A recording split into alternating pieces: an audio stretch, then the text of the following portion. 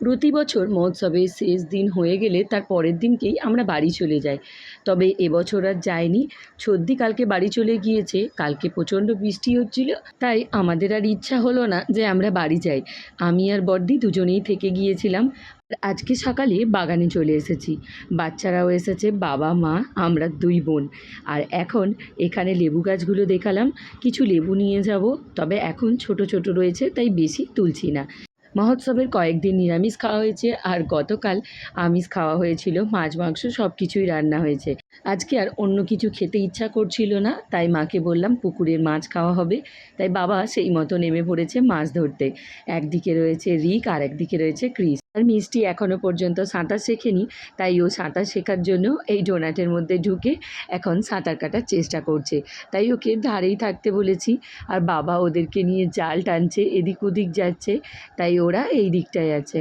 আর আমাদের এখানে যেহেতু চারা গাছে জল দেওয়া হয়, তাই পুকুরে সেই রকম জল থাকে না।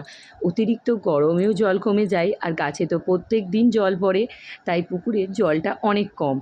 কম জল হওয়ার কারণে বাচ্চাদের কিন্তু সাঁতার কাটার অনেক সুবিধা, আর ক্রিস নিজেও পা পেয়ে যাচ্ছে।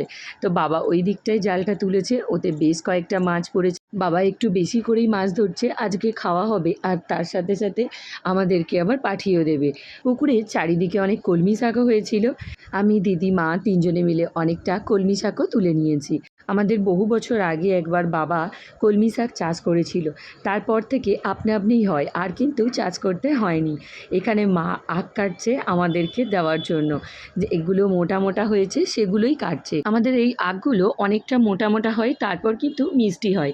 এখনও কিন্তু খুব বেশি মোটা হয়নি, আর মিষ্টিও সেরকম হয়নি। আমরা যেহেতু বাড়ি চলে যাব, তাই মা এইগুলোই কেটে দিচ্ছে, বাচ্চাগুলো খাবে বলেছে বলে। এখন আমরা আরেকটা বাগানে চলে এসেছি। সেই বাগানে বাচ্চারা নেমেছে স্নান করতে, ওদের সাথে আমিও নেমে পড়েছি। পুকুরে অনেক দিন পর স্নান করতে নামলাম। আসলে বাচ্চাদের স্নান করতে দেখে আমাদের ছোটোবেলার কথা মনে পড়ে গেল, আর বেশ ভালো লাগছিল ওদের স্নান করতে দেখে, তাই নিজেদেরকে আর সামলাতে পারলাম না। আমি নেমে যাওয়ার পর বড়দিও নেমেছিল স্নান করতে। সবাই মিলে এখানে স্নান করে তারপর বাড়ি ফিরেছি। মিষ্টিকে আগে স্নান করিয়ে তুলে মুছে জামা প্যান্ট পরিয়ে দিয়েছিলাম। আর এখন বেজে গিয়েছে ওই 3টের মতো। খাওয়া দাওয়ার পর মা দিদি বসেছে।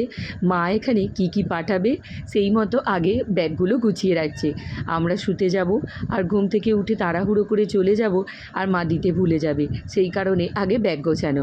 এখানে শাক রয়েছে, তার সাথে কাঁচা কলা, একদিকে টমেটো, কাঁচা লঙ্কা, লেবু আছে, আর এখন পাকা কলা কাটছে মা সেগুলো দেবে বলে। আখও আগে কেটে মা সাইজ করে দিয়ে দিয়েছে। আমরা যেহেতু আজকে সকলে চলে যাব, আর অনেক দিন ছাড়া ছাড়া আসি, মায়েদের কাছে অনেক কিছু হয়, তো সেইগুলোই মা এরকম ব্যাগে গুছিয়ে দিচ্ছে।